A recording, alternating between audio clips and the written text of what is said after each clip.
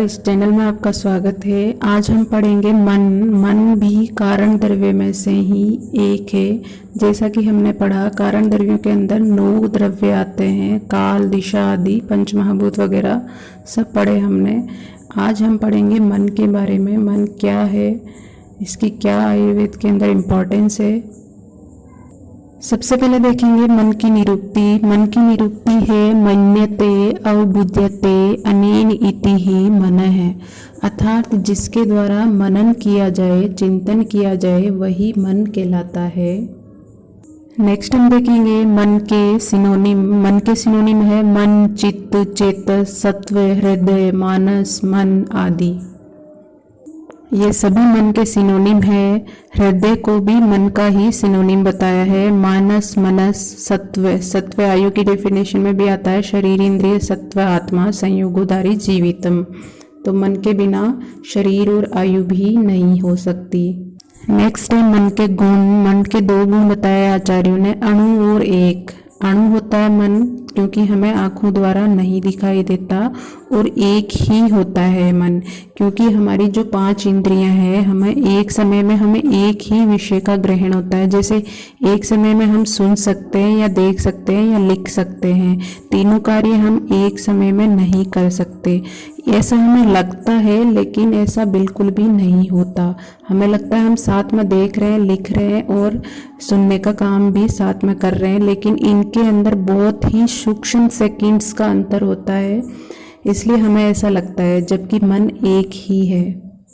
Next हम देखेंगे मन के लक्षण। मन के लक्षण बताते हुए आचार्य चरक ने कहा है, लक्षणम मनसो ज्ञानस्य अभावो भाव एव च से अति ही ये आत्म इंद्रिये मनो अर्थानाम सन्निकर्षे न वर्तते है वैवृत्यान मनसो ज्ञानम सानिध्य तत् वर्तते।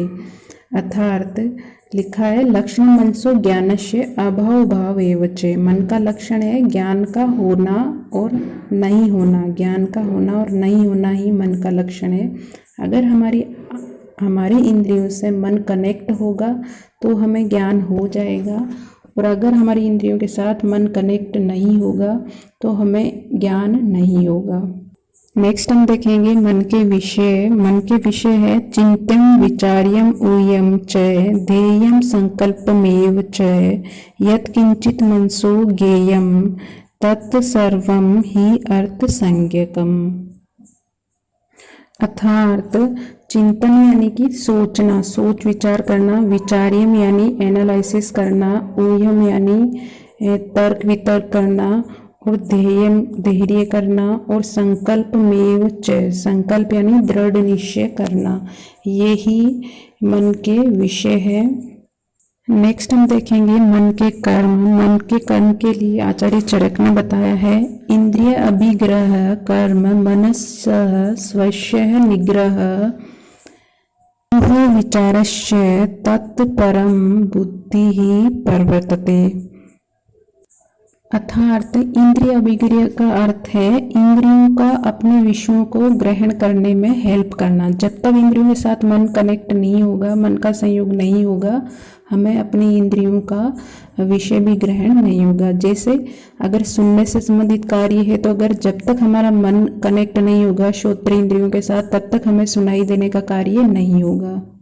कभी कभी आपने देखा होगा कि हमारा अगर ध्यान कहीं और है, ध्यान मीन्स हमारा मन कहीं और है, तो हमें पास में कौन बैठा हुआ बात कर रहा है, क्या बात कर रहा है, वो भी हमें सुनाई नहीं देती, क्योंकि हमारा मन का जो संबंध है वो कर्ण के साथ, श्रोत्र इंद्रियों के साथ नहीं है, इसलिए हमें वो नहीं सुनाई दे रहा है।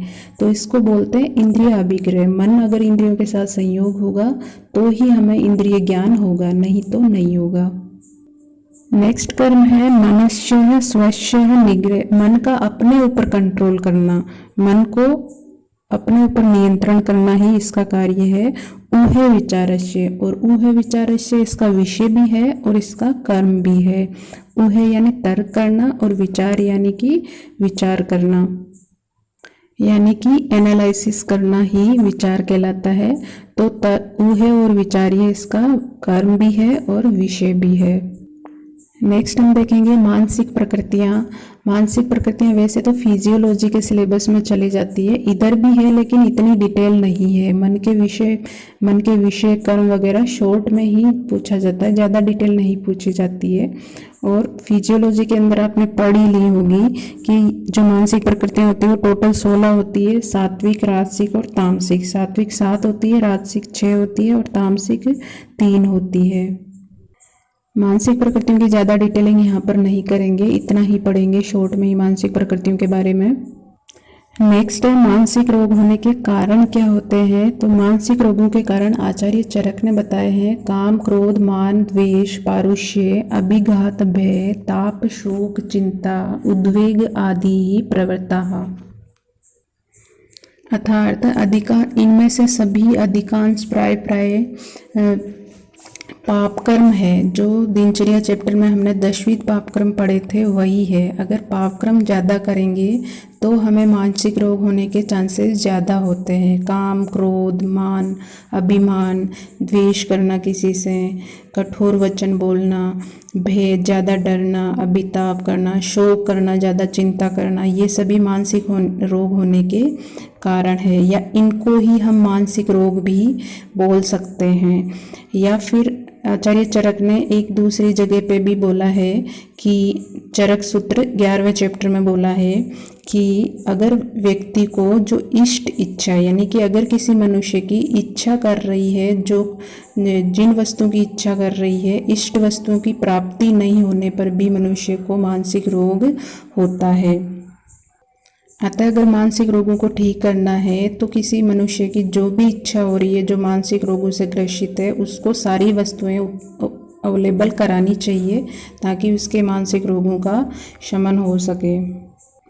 मानसिक रोग कितने टाइप के होते हैं वो थोड़ा सा आपको ध्यान में रखना है कि काम, मोह, मद, उद्वेग, क्रोध, ये रज और तम बढ़ने के कारण ये रोग होते हैं।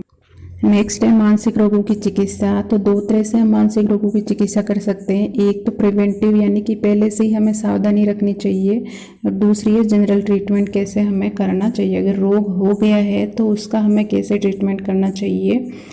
तो आचार्य चरक ने और वाग्भट दोनों ने समान चिकित्सा बताई है मानसिक रोगों की कि मानसो ज्ञानम विज्ञानम धैर्य स्मृति समाधि भी, यानी ज्ञान यानी कि आध्यात्मिक ज्ञान करना, विज्ञान यानी कि टेक्स्ट पढ़ना, जो शास्त्र ज्ञान को विज्ञान बताया है, धैर्य यानी धैर्य रखना, पेशेंस जो होता है, स्मृति स्मरण करना, समाधि भी यानी मेडिटेशन वगैरह, सारे योग वगैरह करना, इन सब चीज़ों से मानसिक रोग कम होते हैं। नेक्स्ट है मानसम प्रति भेषजम त्रिवर्गस्य वक्षणम, यानी मानसिक रोगों की ही चिकित्सा त्रिवर्ग को बताइए। जो पुरुषार्थ चतुष्टय थे उनमें से एक को हम कम कर देंगे तो उसी को बोला है त्रिवर्ग बताया है। नेक्स्ट है सत्व अवजय। सत्व अवजय यानी कि जो रज और तम दोष है वो तो रोग बढ़ाएंगे, लेकिन जो सत्व है तीसरा वो गुण के अंतर्गत आता है। अगर हमारा सत्व ज़्यादा बढ़ा रहेगा और तो राजसिक और तम दोष बढ़ेंगे नहीं और हमारे अंदर मानसिक रोग नहीं होंगे। इसलिए हमें कोशिश करनी चाहिए कि हमें ज़्यादा से ज़्यादा हमारा सत्व बढ़ेगा तो हमें मानसिक रोग होने के चांसेस कम होते हैं। पहले से हम क्या सावधानी रख सकते हैं इसके लिए भी आचार्यों ने बताया है। प्रज्ञा पराग का त्याग करना चाहिए, इंद्रियों को वश में रखना चाहिए, हमें स्मरण शक्ति बढ़ानी चाहिए। देश काल आत्मज्ञानम, देश काल आत्मा का ज्ञान करके कि अभी कौन सा देश है, हम कौन से देश में रह रहे हैं, अभी कौन सा काल चल रहा है, और अपनी आत्मा से विचार करके ही हमें आहार विहार का सेवन करना चाहिए, तो हमें मानसिक रोग बिल्कुल भी नहीं होंगे। सद्व्रत का पालन करना चाहिए, हमें आप्तोपदेश का ज्ञान करना चाहिए, धारणीय वेगों का धारण करना चाहिए और अधारणीय वेगों का धारण नहीं करना चाहिए, मांसाहार का त्याग करना चाहिए, विरुद्ध भोजन का त्याग करना चाहिए।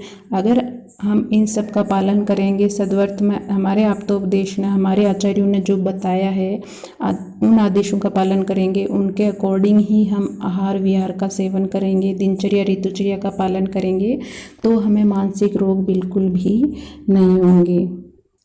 मन के बारे में जितनी डिटेल करें उतना कम है। जैसे मन का हमारी दोषों से क्या संबंध होता है, मन का पंच महाभूतों से क्या संबंध होता है।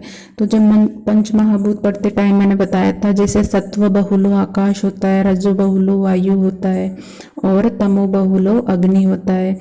इसी तरह से ये पंच महाभूतों का मन के साथ संबंध हो गया। और इसी तरह से दोषों का क्या संबंध होता है, त्रिगुणों के क्या महत्व है, ये सब कुछ हम मन के अंदर लिख सकते हैं। मन की क्या क्लिनिकल इम्पोर्टेंस है, इस तरह से हम ये सारा समझ सकते हैं।